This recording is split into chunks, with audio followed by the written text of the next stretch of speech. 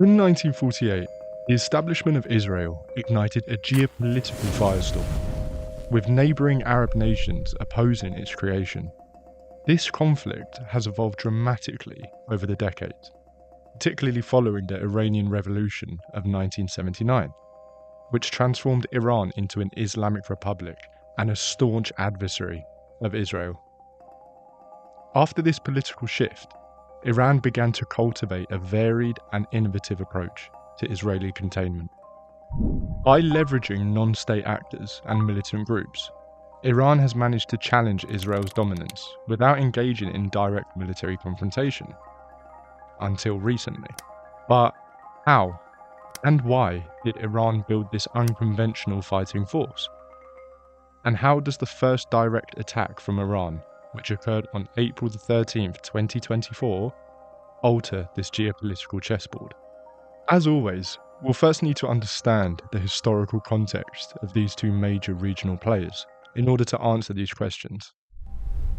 The establishment of Israel is rooted in a complex history driven by a mix of religious, cultural, and nationalist sentiments. The Jewish connection to the land of Israel dates back over 3,000 years, with Jerusalem as a central spiritual and historical hub. The ancient kingdom of Israel and Judah were located here, and the region is steeped in Jewish religious texts. In the late 19th century, the rise of nationalist movements across Europe spurred the emergence of Zionism, a movement advocating for the return of the Jewish people to their ancestral homeland. Theodor Herzl, one of the movement's founders, organised the first Zionist Congress in 1897, which aimed to establish a Jewish state in Palestine. Herzl advocated this primarily due to the rising anti-Semitism in Europe and the desire for a safe haven for Jewish people. He believed that the Jewish people could never achieve true security and acceptance in Europe, and that a sovereign state was essential for their survival and self-determination. He argued that political and social solutions were inadequate, and that only a Jewish homeland could provide the necessary protection and national identity that the Jewish people needed. Herzl's ideas about establishing a Jewish state actually predate World War II.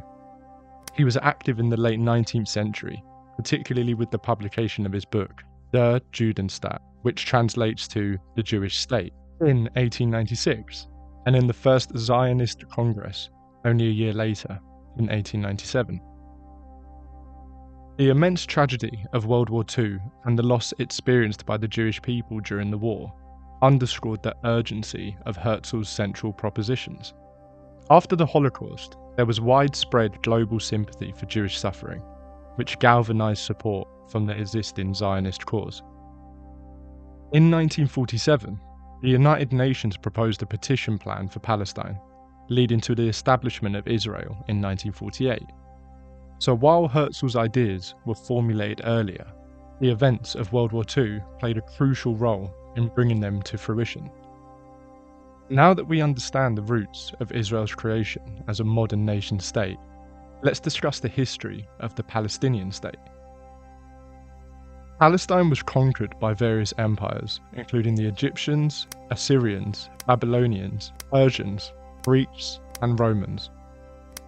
The Roman destruction of Jerusalem in 70 CE marked a significant turning point. In the 7th century, Muslim armies conquered Palestine, and it became part of successive Islamic empires, including the Umayyads and Abbasids. During the Crusades of the 11th through 13th centuries, European Christians captured Jerusalem, but it was eventually reclaimed by Muslim forces. From 1517 to 1917, Palestine was part of the Ottoman Empire. It was a diverse region with a mix of religious and ethnic communities. After the Ottoman Empire's defeat in World War I, Palestine came under British control via the League of Nations mandate. In 1917, the British government issued the Balfour Declaration, expressing support for a Jewish national home in Palestine, leading to increased Jewish immigration to the area. Throughout the 1920s and 1930s, tensions escalated between Jews and Arabs, culminating in violent clashes. Jewish immigration increased, especially during and after the Holocaust, leading to calls for a solution to the growing conflict. In 1947, the United Nations proposed a partition plan to create separate Jewish and Arab states in Palestine. On May 14, 1948, David Ben-Gurion declared the establishment of the State of Israel. This proclamation led to the first Arab-Israeli war, which Palestinians referred to as the Nakba, which translates to the catastrophe in Arabic. It's important to note that during the initial creation of the State of Israel, many atrocities were committed against Palestinian people who had lived on the land for generations. Take, for example, the documentary film Tantura, directed by Israeli filmmaker Alon Schwartz, which examines the atrocities Israeli soldiers committed against the Palestinian people in the Palestinian village of Tantura. Director Schwartz stated in an interview after the film's premiere, quote, "I hope that some people in Israel may open their eyes. And the idea is not to say that we shouldn't have a Jewish state. I'm a Zionist, and I believe that Zionism has a good part to it and a bad part to it, and I think we need to grow up as a society. We need to start understanding our past. How can you not understand your past if you want to go forward and have a good future?"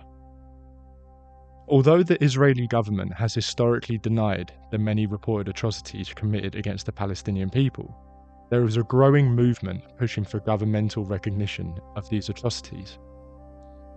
For better or worse, Israel's geographic location is a product of historical ties, nationalist aspirations, and international developments that converged in the 20th century. Before the establishment of the State of Israel in 1948, several geographic options were considered for a Jewish homeland. The primary areas discussed included Uganda, Argentina, and Cyprus. In the early 20th century, particularly after the Second Zionist Congress in 1903, the British government offered a territory in Uganda, now part of Kenya, as a temporary refuge for Jews facing persecution. However, this proposal was met with significant opposition within the Zionist movement. Another location that was proposed was Argentina. Some early proposals suggested settling Jewish immigrants in parts of the expansive country, which had a large swath of land available for settlement. Other suggestions included areas in Cyprus, or other regions in Eastern Europe, but none gained as much traction as the idea of a homeland in Palestine. Focus eventually fully shifted to Palestine, especially following the Balfour Declaration in 1917, which expressed British support for a national home for the Jewish people in Palestine. The historical and religious significance of Palestine for Jews played a crucial role in this decision. These decisions of the last century are still reverberating through our world today, and those reverberations are getting even louder now, as the conflict in the region shows no sign of abating. But how did the historical Israel-Palestine conflict involve Iran, and how exactly did Iran become Israel's #1 regional adversary? Let's briefly look at Iran's 20th century history to understand the origins of their current political posturing. In 1925, Reza Shah established the Pahlavi dynasty, promoting modernization and secularization. His policies included westernization and infrastructure development, but he ruled with an authoritarian grip, suppressing dissent. In 1951, Prime Minister Mohammad Mossadegh nationalized the Iranian oil industry, which had been controlled by British interests for many years. This move gained widespread popular support, but led to a British and US-backed coup. In August of 1953, a coup orchestrated by the CIA and British intelligence, who were disapproving of Iranian oil nationalization, removed Mossadegh and restored the Shah to power, increasing his authoritarian rule, which quickly led to widespread internal discontent. I guess Brits and Americans didn't like the whole nationalizing the oil industry thing. Wonder why? Anyway, by the late 1970s, discontent with the Shah's regime, marked by political repression, economic issues, and Western influence, fueled the country-wide protests led by various groups, including religious leaders who vehemently opposed US and British imperialistic interventions in the nation. The revolution culminated in 1979, leading to the overthrow of the Shah and the establishment of the Islamic Republic under Ayatollah Khomeini. The new regime implemented a theocratic government based on Islamic law and an anti-imperialistic and anti-Western stance. After Khomeini's death in 1989, Iran saw a consolidation of power among hardline factions. Recently, increased tensions with the West, particularly over Iran's nuclear program, have shaped its international relations. The 2015 Obama administration's nuclear deal offered a temporary thaw, but was undermined by the Trump administration's withdrawal in 2018, leading to renewed sanctions and economic struggles. Given the nationalistic and clerical backdrop to Iran's political makeup, it's clear that Iran's disdain for the State of Israel has deep historical and ideological roots. Iran's opposition to Israel began in earnest after the establishment of Israel in 1948. The perception of Israel as a colonial Western entity fueled resentment among Arab nations. This was due in part to the many noted atrocities that Palestinians suffered at the hands of the new Zionist regime. After the Iranian Revolution, Iran framed Israel as an enemy of Islam and a Western puppet in the region. Iran positioned itself as a champion of Palestinian rights, using anti-Israel rhetoric to consolidate domestic support and enhance its influence in the Arab world. But these sentiments were not always as explicit as they are today. On April 13, 2024, in the dead of the night, the skies over Israel lit up with an unprecedented display of military might. Over 300 drones and missiles streaked across the horizon, marking the first time Iran directly attacked Israeli territory. This wasn't just an isolated incident, it was a bold statement in Iran's political posturing. No, it's not the first time Iran has attacked Israel, but it is the first time Iran's own military has done so. We'll have to look at Iran's complex proxy style of warfare to understand how the April 13th attack was not the beginning of a new conflict, but rather the next chapter in an incredibly complex and multi-layered historical conflict. Iran actively supports groups like Hezbollah in Lebanon and Hamas in Gaza, viewing them as critical allies in its struggle against Israel. This proxy strategy has allowed Iran to challenge Israel without direct military confrontation. Ongoing conflicts, such as the Syrian civil war and rising tensions with the US and its allies, have intensified Iran's adversarial stance towards Israel. Iran sees Israel as a primary threat to its regional ambitions and a key ally of its enemies. The 1982 Israeli invasion of Lebanon inadvertently paved the way for Hezbollah's emergence, a group that would become Iran's most persistent proxy against Israel. With significant financial and military support from Iran, Hezbollah transitioned from a local resistance movement into a powerful militant organization, armed with over 130,000 rockets and missiles. At the core of this strategy, Quds Force, a unit of Iran's Islamic Revolutionary Guard Corps, IRGC, responsible for coordinating and supporting groups like Hezbollah, Hamas, and the Houthis. This network allows Iran to exert influence across the region, applying pressure on Israel from multiple fronts while maintaining plausible deniability. Iran invests heavily in these relationships. Reports indicate it allocates approximately $700 million annually to Hezbollah alone, showcasing its commitment to this proxy strategy. This financial backing has enabled Hezbollah to become a key player in the region, complicating Israel's security calculations. Economic sanctions have been a crucial tool in countering Iran's ambitions, particularly since 1984, when the US designated Iran as a state sponsor of terrorism. The intent was clear: to cripple Iran's ability to finance groups like Hezbollah. However, the effectiveness of these sanctions remains contentious. The Obama administration's 2015 Joint Comprehensive Plan of Action, known as the Iran nuclear deal, briefly offered a diplomatic solution, with sanctions relief in exchange for nuclear program limits. However, the US withdrawal in 2018 under the Trump administration reignited tensions and led to a resurgence in Iran's nuclear activities. The impact of sanctions has been severe.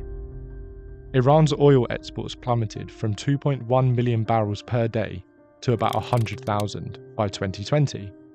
Yet, despite these economic challenges, Iran's support for its proxy network persists.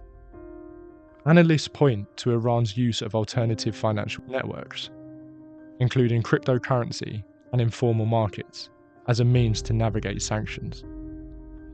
The resilience of this proxy warfare model has shown that while sanctions can inflict significant economic damage, they struggle to alter ideologically driven proxy strategies.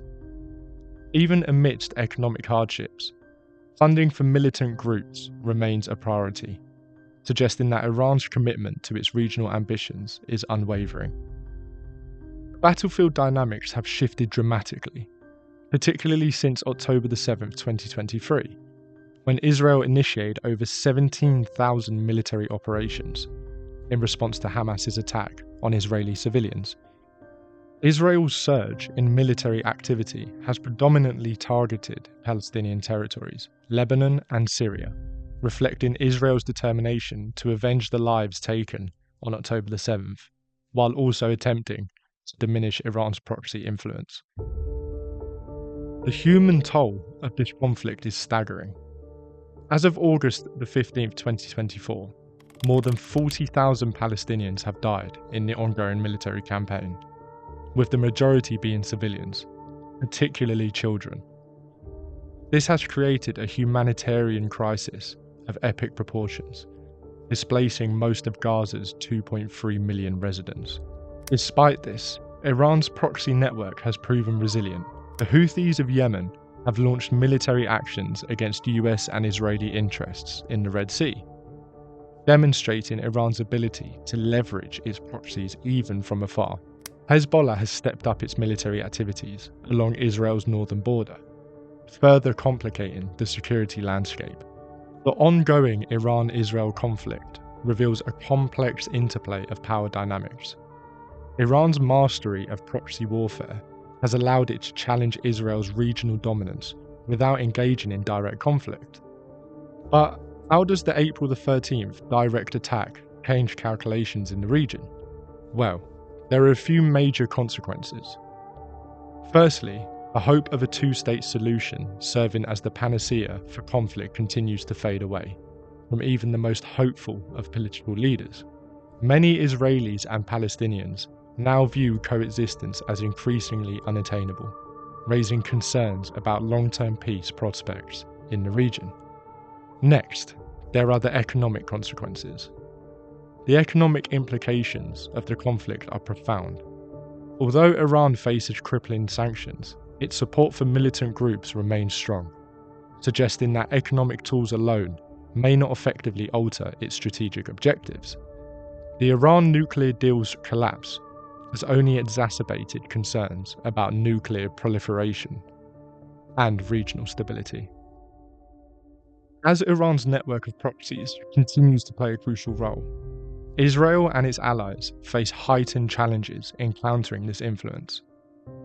However, the long-term viability of Iran's proxy strategy is uncertain, especially as evolving geopolitical dynamics and potential international interventions could test its resilience. The Iran-Israel conflict has morphed into a strategic game with global implications. Iran's adept use of proxy warfare and its navigation of economic sanctions challenge Israel's regional dominance. Conversely, Israel's military operations aim to mitigate Iran's influence, but this struggle threatens to disrupt vital trade routes, particularly in the Red Sea, impacting global shipping and oil prices. After the direct April 13th attack, there have been approximately 50 reported attacks between Israel and Iranian proxies, most notably Massoud Page's attack. which garnered much global attention given the sophistication of the attack, which saw Israel's Mossad agency plant explosives inside 5,000 Taiwan-made pages ordered by Hezbollah months before the September the 18th detonations. The operation was an unprecedented Hezbollah security breach that saw thousands of pages detonate across Lebanon, killing 9 people and wounding nearly 3,000 others. As tensions mount, potential for a wider regional conflict looms, raising concerns about Middle Eastern stability and its effects on global economics. The interplay of military, political, and economic factors will continue to shape alliances and conditions well beyond the region, underscoring the intricate and volatile nature of this ongoing historical conflict.